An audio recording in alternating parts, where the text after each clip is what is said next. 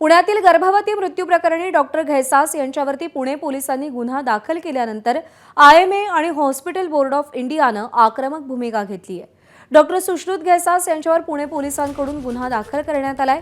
मात्र इतर कोणत्याही अहवालानुसार जर घैसास डॉक्टरांना अटक करण्यात आली किंवा त्यांच्यावर कोणतीही कारवाई झाली तर सगळे डॉक्टर्स राज्यव्यापी आंदोलन करू असा इशारा आयएमए आणि हॉस्पिटल बोर्ड ऑफ इंडियानं दिलेला आहे।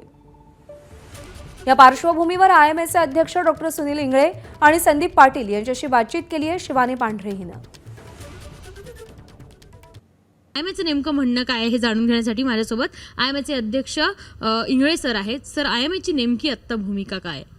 हे बघा, अगदी सुरुवातीपासूनच आयएमएची भूमिका ही स्पष्ट आहे की डॉक्टर सुश्रुत घैसास यांनी कुठलाही मेडिकल नेग्लिजन्स त्या ठिकाणी या केसमध्ये केलेला नाही आहे। त्याच्यामुळं ते कुठल्याही प्रकारचे म्हणजे आम्ही त्यांना पूर्णपणे या केसमध्ये सपोर्ट करणार आहोत, कारण ते दोषी असूच शकत नाहीत, कारण त्यांनी त्या पेशंटची ट्रीटमेंटच केलेली नाही। जेव्हा ट्रीटमेंटच चालू झालेली नाही तेव्हा निग्लिजन्स होण्याचा काही विषय येत नाही। पोलीस म्हणतायत मेडिकल निग्लिजन्स आहे आणि तुम्ही म्हणताय नाहीये, याच्यात नेमकं काय आहे? की तुम्ही ट्रीटमेंट करत असताना तुम्ही निग्लिजंट झालात, तुम्ही काहीतरी जे करायला पाहिजे होतं ते केलं नाही, किंवा जे एका चांगल्या पद्धतीने करायला पाहिजे होतं त्या पद्धतीने तुम्ही केलं नाही, तर आणि त्यामुळे तिथं पेशंटचा मृत्यू झाला आहे, तर त्याला आपण मेडिकल निग्लिजन्स म्हणतो। तेव्हा हे कलम तुमच्यावर लावलं जाऊ शकतं। आता या केसमध्ये त्यांनी कुठली ट्रीटमेंटच केलेली नाही आहे, तर आणि त्यांनी केलेल्या ट्रीटमेंटमुळं किंवा चुकीच्या ट्रीटमेंटमुळं जर त्या स्त्रीचा मृत्यू झाला असेल तर हे कलम लावणं योग्य आहे, पण इथं ट्रीटमेंटच केलेली नाही आहे, त्याच्यामुळं हा प्रश्नच येत नाही, तर हे कलम अतिशय चुकीच्या पद्धतीने लावलं आहे असं मला वाटतं। दीनानाथ रुग्णालया संदर्भातले जे काही अहवाल आले, 4 अहवाल आले, त्याच्यातल्या 2 अहवालात रुग्णालयावर ठपका ठेवण्यात आला, तर मात्र त्यांच्यावर कोणतीही कारवाई होताना दिसत नाहीये। त्यामुळे याच्यात असं बोललं जातं की डॉक्टर घैसासांचाच बळी दिला जातो आणि दीनानाथवर नामवंत असल्यामुळे किंवा अनेक कारणांमुळे कोणतीही कारवाई होताना दिसत नाही।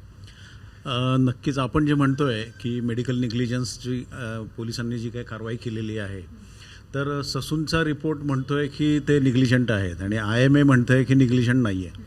तर आमचं म्हणणं असं आहे, आयएमएचं म्हणणं असं आहे की ह्या केसमध्ये मेडिकल निग्लिजन्स जो आहे तो एका ठराविक दबावाखाली ओढून तो आणून आणलेला हा निग्लिजन्स आहे। म्हणजे काही कारण नसताना तिथं ते निग्लिजन्सचा आरोप ठेवायचा आणि मग त्याला निग्लिजन्स म्हणायचं, असा हा ओढून ताणून आणलेला निग्लिजन्स आहे। याच्यामध्ये काही तथ्य नाही आहे, त्याच्यामुळं ते निग्लिजंट नाही आहेत असं आमचं जे म्हणणं आहे ते पहिल्यापासून आहे। आणि ससूनचा जो रिपोर्ट आहे आम्ही कधी बघितलेला नाही आहे, पण आमच्या मते ससूनमध्येच आम्ही शिकून पुढं गेलेलो आहे, तर हे आमचं म्हणणं आहे की हा ओढून ताणून केलेला निग्लिजन्सचा प्रकार आमच्यावरती हा लादला जातो आहे आणि ह्याचा आम्ही खरोखरच निषेध करतो आहे। घैसासांना लीगल मदत तुमची लागणार आहे, कोणकोणत्या स्तरापर्यंत जाऊन तुम्ही त्यांना लीगल मदत करणार आहात? घैसासांनी पहिल्यापासूनच वकील त्यांचे काय आहेत ते तर त्यांनी म्हणजे ऑब्व्हियसली त्यांनी तर नेमलेले आहेतच। आयएमएतर्फे सुद्धा आम्ही बऱ्याचशा वकिलांना आम्ही संपर्कात आहोत आणि ह्या केसमध्ये काय काय करता येईल आणि कशी मदत करता येईल आणि पुढं जाऊन काय घटना घडू शकतात याचा पण आम्ही अंदाज घेत आहोत। आणि जेव्हा अंदाज घेत असताना पुढचं जी स्ट्रॅटेजी आहे, पुढची जी काही आपल्याला काही करावं लागेल त्याचा पण विचारमर्श आम्ही आता 1-2-3 दिवसामध्ये मिटिंग घेऊन करणार आहे। साधारण काय करावं लागू शकतं असं तुम्हाला वाटतंय घैसासांच्या या सगळ्या प्रोसेसमध्ये? मॅडम, जर का घैसासांना अटक झाली आणि जर का त्यांना अटकेत ठेवलं गेलं तर पूर्ण महाराष्ट्रामध्ये सगळे डॉक्टर जे आहेत त्यांचं सगळ्यांचं आंदोलन करण्याची मनस्थितीमध्ये सगळे डॉक्टर आहेत।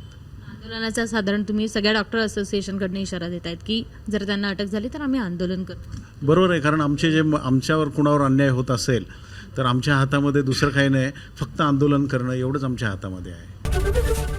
एबीपी माझा, उघडा डोळे बघा नीट।